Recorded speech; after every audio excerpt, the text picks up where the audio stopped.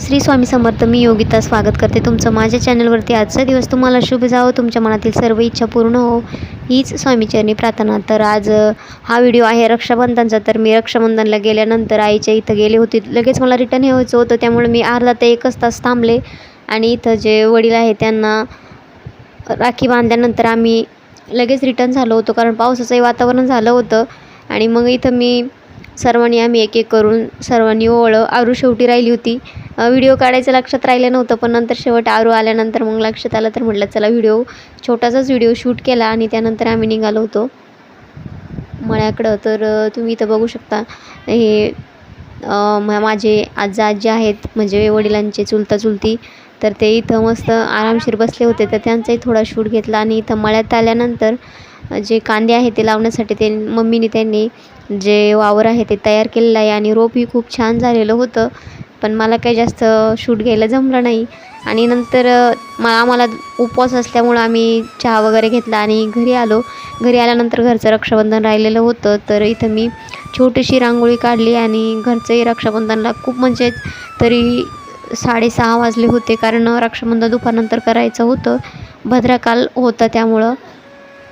तर इथं मुलींचंही औक्षण चाललेलं होतं. आणि मी हे जेव्हापासून दोन्हीही माझ्या मुली आयुष्यात आल्या तेव्हापासून मी दोघीचं एकमेकींना ओवाळायला लावते. आणि आत्ताच्या यामध्ये जर आपण ती कोलकात्यातील घटना म्हटलं, किंवा आता आपली मुंबईकडील जे बदलापूर आहे तिथली घटना म्हटली, तर खरंच आजकाल आपण म्हणतो बेटी पढाओ बेटी बचाओ बेटी पढाओ, पण आता बेटी गमाव हा सुद्धा कधी असा नारा लावावा लागेल की काय, असं वाटायला लागलं आहे. कारण की या आत्ताच्या आपल्या युगामध्ये खरंच किती विचित्र लोक निघलेले आहे, याचा काही विचारच केला जाऊ शकत नाही. तर आपण आता या सोशल मीडियावरती रोजच्याच वेगवेगळ्या नवीन नवीन ज्या आपल्याला बातम्या आहेत त्या बघायला भेटत आहे. आणि खरंच कधी कधी भीती वाटते की आपल्या ह्या चिमुरड्यांना कधी कोणाचं वाईट नजरेचा शिकार तर नाही व्हावं लागणार ना. खरंच सरकारने जी माझी लाडकी बहीण आहे ती योजना काढण्याऐवजी ना, मुलींच्या संरक्षणासाठी काहीतरी तरतूद केली पाहिजे. मला तर असंच वाटतं. खरंच आपण तळहाताच्या फोडावानी ज्या आपल्या पिल्लांना जपतो आणि कोणी नराधाम येऊन त्या फुलाचं पाकळ्या करून टाकतो. खरंच खूप लाजिरवाणी गोष्ट आहे आणि आपण काहीही करू शकत नाही. आपला जो कायदा आहे तो इतका कमकुवत कसा असू शकतो, जे लोक याचा फायदा घेतात. आणि आपल्या छोट्या 3 ते 4 वर्षाच्या मुलीला काय कळतं, तर हे लोक असं वागतात का म्हणून, कशी म्हणजे खूप या युगात काय चाललं आहे काहीच कळत नाही आहे. आणि त्यामुळं खरंच मुलांना स्वावलंबी व्हायलाच पाहिजे. त्याचबरोबर आपलं रक्षण कसं करावं तेही खरंच शिकवायला पाहिजे, आणि त्याची सुरुवात आत्तापासूनच करायला पाहिजे. तर खरंच आम्ही तिचे बाबा तर खरंच तिला सांगतात की कोणाशी जास्त बोलायचं नाही, हे करायचं नाही, ते करायचं नाही, असं त्यांचं सांगायचं काम चाललं होतं. आणि बातम्या वगैरे चाललं तर आता मुलंही बऱ्यापैकी त्यांना समजतंच की जगात काय चाललेलं आहे काय नाही. आणि आता इथं चाललं होतं हसी मजाक, आणि आता एक एक करून प्रत्येकजण ओळखत होतं. आता आमच्या घरात मला नणंदबाई नसल्यामुळं मुली आल्या आहेत, तो मग आमचा हा जो सण आहे तो आनंदात जातो. आणि सुखदुःख काय येतच राहतात, त्याला सामोरे जावंच लागतात. खूप विचार केला तर मग पाठीमागेही काही दिसत नाही आणि पुढेही काही दिसत नाही. त्यामुळं आहे तो दिवस काढत चालायचा आणि चांगले दिवस येतील याचा विचार करायचा. कारण हे माझ्याकडं नाही आहे, ते माझ्याकडं नाही, असं विचार करता जो आलेला क्षण आहे तोही दुःखातच जातो. आणि खूप मग मनाला सावरावं लागतं आणि पुढं जावं लागतं. आयुष्यात काही गोष्टी देवाने सीमित केलेल्या आहेत, त्याच्या मनात आहे तोपर्यंत तो आपल्याला ठेवतो. त्याच्या मनात नसतं तर तो जो आपला आयुष्यात घालवायचा आहे त्याला तर तो घेऊनच जातो. तर चला, इथं अशा प्रकारे आपलं रक्षाबंधन चालू आहे.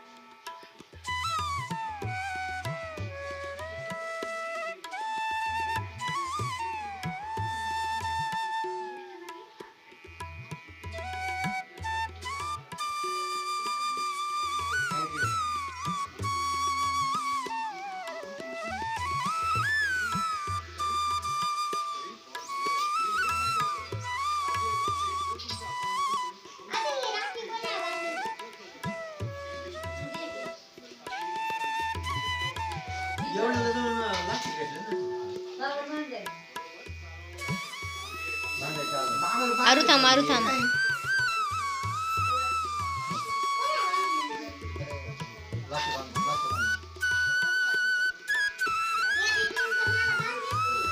हा ना तू राहिली पाय बरं. नाही ना आरू राहिली ना. अरे दाखव तू हाताला बांधली होती ना मग.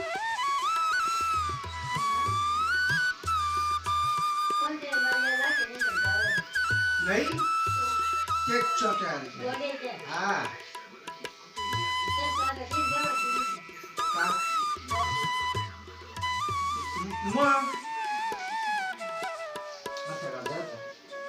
गणपतीला महादेवाला नंदीला शनी देवाला दत्ताला झालं माताला होईल आपल्याला.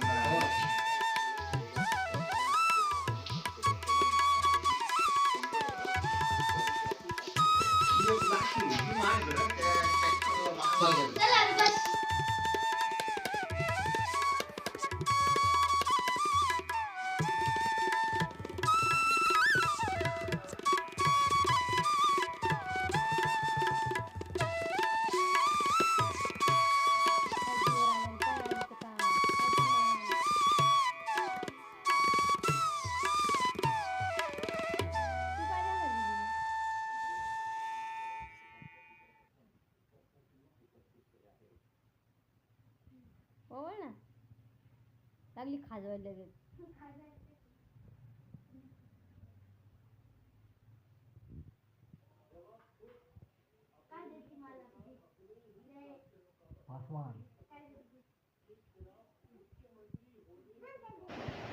आता इथे दीदीनं ओवाळल्यानंतर दीदी आपल्या आरूकडं गिफ्ट मागत होती आणि आरू बोलत होती की नंतर देते तुला.